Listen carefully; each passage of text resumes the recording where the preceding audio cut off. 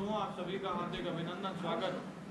छत्तीसगढ़ की कांग्रेस सरकार जो घोटालों के लिए मशहूर है, उसने स्वयं एक कौन सा घोटाला स्वीकार किया है और उस घोटाले से कैसे छत्तीसगढ़ की शिक्षा व्यवस्था प्रभावित हो रही है और आगे इस मामले में किस प्रकार से गतिविधियां चल रही हैं, इसको लेकर के आप सबके बीच आज छत्तीसगढ़ के लोकप्रिय नेता, प्रदेश के महामंत्री श्री ओपी चौधरी जी आप सभी को संबोधित करेंगे। उनका स्वागत करता हूं।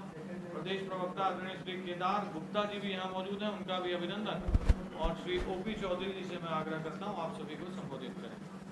सभी पत्रकार मित्रों का, पत्रकार भाइयों का मैं बहुत स्वागत करता हूं आज की इस प्रेस कॉन्फ्रेंस में। और आप लोगों के माध्यम से हम भ्रष्ट कांग्रेस सरकार जो हर जगह माफिया राज और भ्रष्टाचार चला रही है, उस शिक्षा व्यवस्था में किस तरह माफिया राज को स्थापित उन्होंने किया है, इस बात को उन्होंने खुद स्वीकार किया। आप लोगों ने ही आपके अखबारों में जो छपा, करोड़ों लेकर तबादला करने वाले अफसरों पर होगी FIR, ट्रांसफर होगा रद्द, ये सब बातें केवल दिखाने के लिए वो बोल रहे हैं।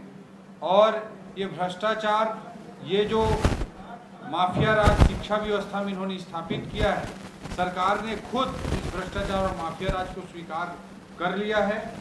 और ये पूरी तरह से सेटिंग की सरकार, ATM सरकार चल रही है।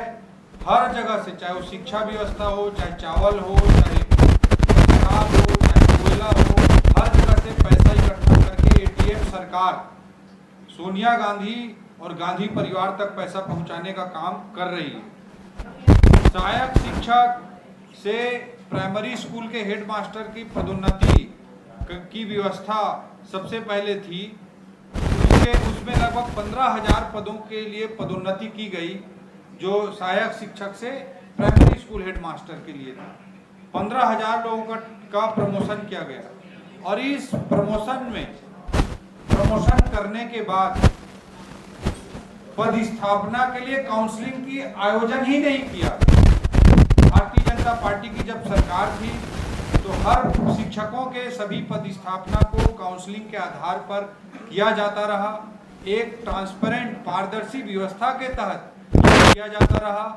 लेकिन 15,000 सहायक शिक्षकों की प्राइमरी स्कूल हेडमास्टर के रूप में प्रमोशन करते हुए काउंसलिंग की व्यवस्था का इस कांग्रेस राज में पालन ही नहीं किया।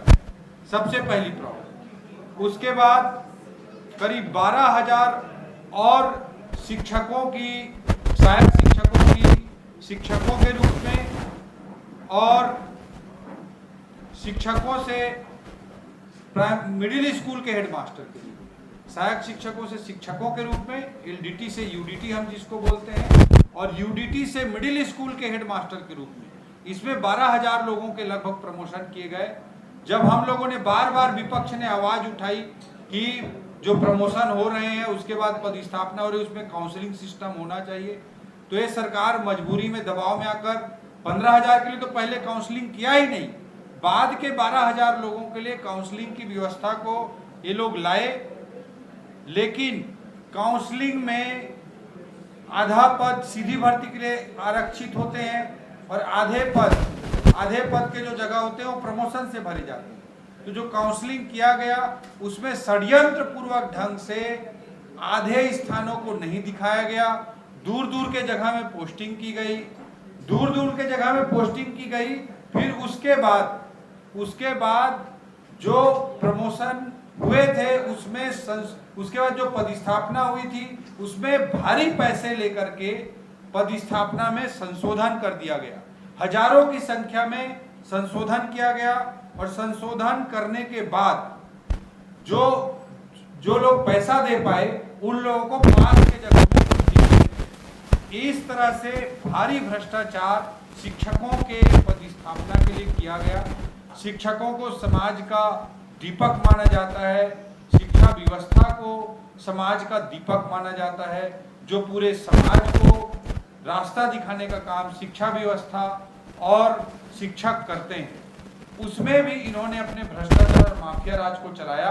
पहले तो 15,000 शिक्षकों के लिए काउंसलिंग ही नहीं की गई, और बाकी के 12,000 में काउंसलिंग के बाद पदस्थापना तो की गई, लेकिन उस पदस्थापना में भारी संख्या में पैसा लेकर के उसको पदस्थापना में संशोधन कर दिया। इतना बड़ा भ्रष्टाचार का और माफिया राज का खेल चला, ये बिना मुख्यमंत्री के संरक्षण के, बिना कांग्रेस सरकार के संरक्षण के संभव नहीं था। ये केवल और केवल कांग्रेस सरकार के इशारे पर हुआ है। और आज वो शिक्षक भी प्रताड़ित हुए हैं जिनसे भारी मात्रा में पैसा लिया गया, अब उनके पदस्थापना को निरस्त किया जा रहा है। कांग्रेस के मंत्रियों, कांग्रेस के विधायकों, कांग्रेस के पदाधिकारियों के पत्रों के आधार पर ये संशोधन किए गए हैं। इसमें पूरी तरह से कांग्रेस संलग्न रही है, और अब कांग्रेस खुद इस भ्रष्टाचार को स्वीकार करते हुए अधिकारियों के ऊपर कार्रवाई कर रही है।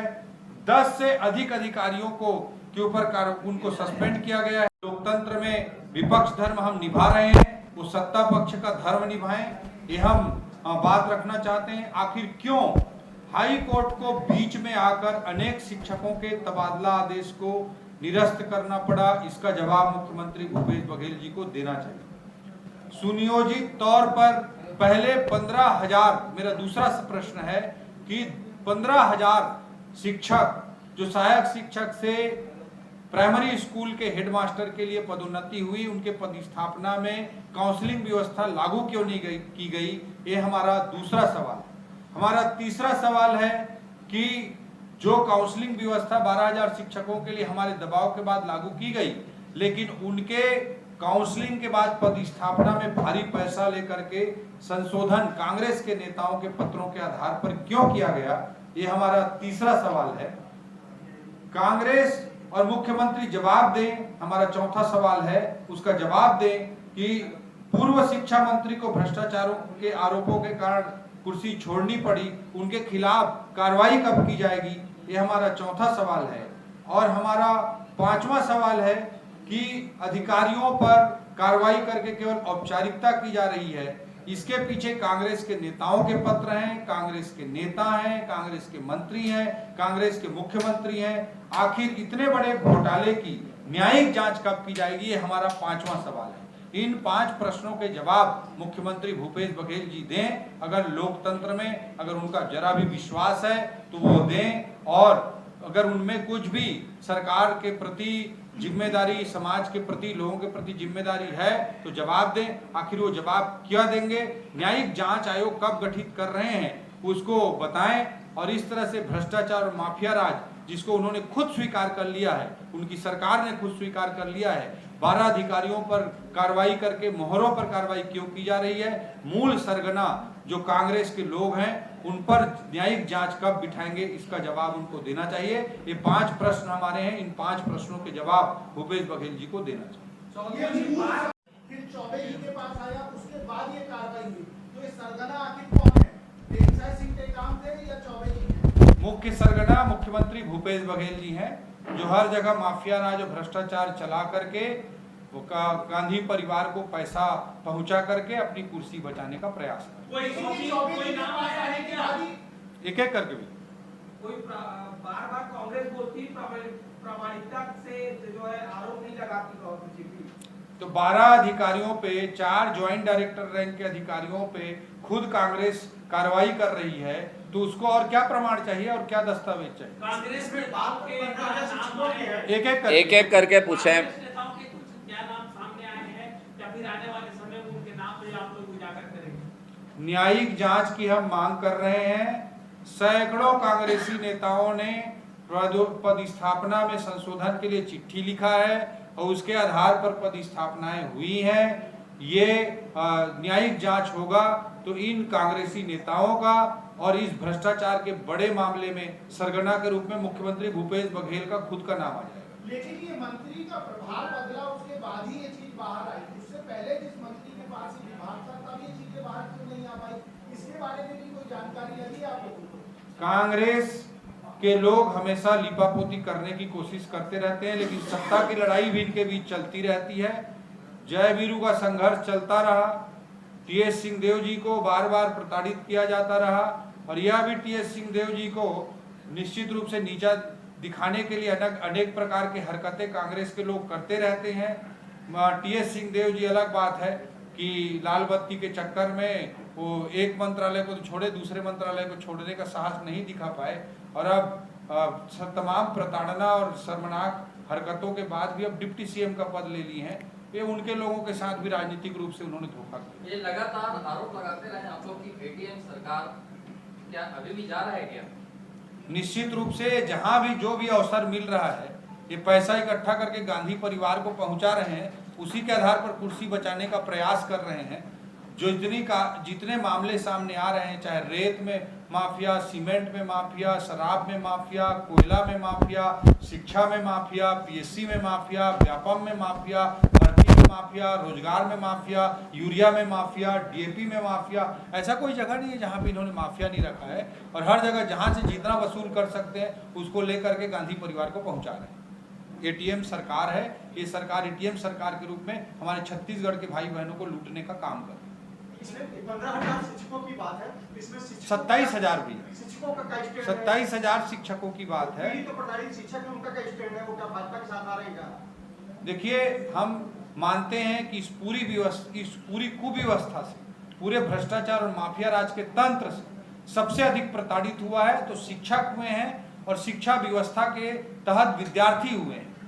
ये अगर माफिया राज शिक्षा व्यवस्था में चलेगा तो उससे निश्चित रूप से प्रदेश की आने वाली पीढ़ी पर प्रभाव पड़ता है, और निश्चित रूप से शिक्षक इससे प्रताड़ित रहे हैं। पहले 15,000 शिक्षकों को काउंसलिंग ही नहीं कराई गई, उसका प्रताड़ना का शिकार वो लोग हुए।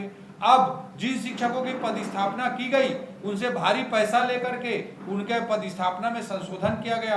अब और पैसा ऐंठने के लिए अब हो सकता है उनका पोस्टिंग भी कैंसिल कर दें। ये पहले पोस्टिंग देने के नाम पे, किसी को ट्रांसफर नहीं करने के नाम पे, किसी को पदस्थापना कर देने के बाद उसकी पदस्थापना को निरस्त करके फिर से नवीन पदस्थापना के नाम पे हर तरह से बार बार शिक्षकों से पैसा लिया जा रहा है, और इस पूरी प्रताड़ना के शिकार 27,000 शिक्षक। शिक्षा के क्षेत्र में जो माफिया राज को लेकर आपने आरोप लगाया, पहले तो 15,000 शिक्षकों का जिनको प्राइमरी स्कूल हेडमास्टर के रूप में प्रमोशन दिया गया उनके पदस्थापना के लिए काउंसलिंग ही नहीं की गई। फिर 12,000 शिक्षकों के पदस्थापना के लिए काउंसलिंग तो की गई, लेकिन भारी पैसा लेकर के उनके पदस्थापना स्थल में संशोधन किया गया। इस पूरे प्रक्रिया में 27,000 शिक्षक प्रताड़ित रहे हैं, और इसमें कांग्रेस के संरक्षण से माफिया राज चला करके पैसा इकट्ठा करके गांधी परिवार को पहुंचाया गया है। इसमें हमने मुख्यमंत्री भूपेश बघेल जी से न्यायिक जांच आयोग की मांग की है, ताकि दूध का दूध और पानी का पानी हो सके। हॉस्टल में रहने वाले पेइंग छात्र और अन्य छात्रों से जो 12% जो है उसमें जीएसटी में कम करने के लिए भूपेश बघेल ने निर्मला सीतारमण को खत लिखा है। मुख्यमंत्री भूपेश बघेल जी अभी भी विपक्ष के नेता की तरह काम करते हैं। वो केवल और केवल लोगों को ठगने का काम करते हैं। ये शिक्षा में पूरा माफिया राज चलाने वाले लोग शिक्षा की व्यवस्था पर कोई सवाल करें तो शोभा नहीं देता। कांग्रेस के राष्ट्रीय अध्यक्ष खड़गे आने वाले हैं, कैसे देखते हैं? कांग्रेस के गांधी परिवार ने एक और रिमोट के रूप में आदरणीय खड़गे जी को, एक अच्छे भले बुजुर्ग आदमी को खड़ा कर रखा है। उनको भी बार बार अपमानित करने का काम करते हैं। एससी समाज का सही मायनों में अगर कोई सम्मान करती है तो भारतीय जनता पार्टी करते हैं। आदरणीय नरेंद्र मोदी जी ने अपने पहले बार जब उन्हें राष्ट्रपति चुनने का अवसर मिला तो एससी समाज से उन्होंने राष्ट्रपति भारतीय जनता पार्टी ने बनाया। एससी समाज का अगर वास्तविक अर्थों में कोई सम्मान करती है तो भारतीय जनता पार्टी और नरेंद्र मोदी जी करते हैं। पीएम मोदी भी आने वाले हैं, इसको लेकर क्या तैयारी? इस महीने आदरणीय मोदी जी का संभावित कार्यक्रम रायगढ़ क्षेत्र में है। उसको लेकर रायगढ़ क्षेत्र के लोग, पूरे छत्तीसगढ़ अंचल के लोग अत्यंत उत्साहित हैं। भारतीय जनता पार्टी के कार्यकर्ता भी अत्यंत ऊर्जा का अनुभव कर रहे हैं, और सब लोग आदरणीय मोदी जी के कार्यक्रम का बेसब्री से इंतजार कर रहे हैं। अमर उजाला अब आपके टीवी पर भी। अपने स्मार्ट टीवी पर YouTube पर सर्च करें अमर उजाला, चैनल सब्सक्राइब करें और देखें ताजा खबरें, वो भी HD क्वालिटी में। और हाँ, बेल आइकन दबाना ना भूलें ताकि हर खबर हो आपके घर। अमर उजाला, निष्पक्ष, निर्भीक, निरंतर।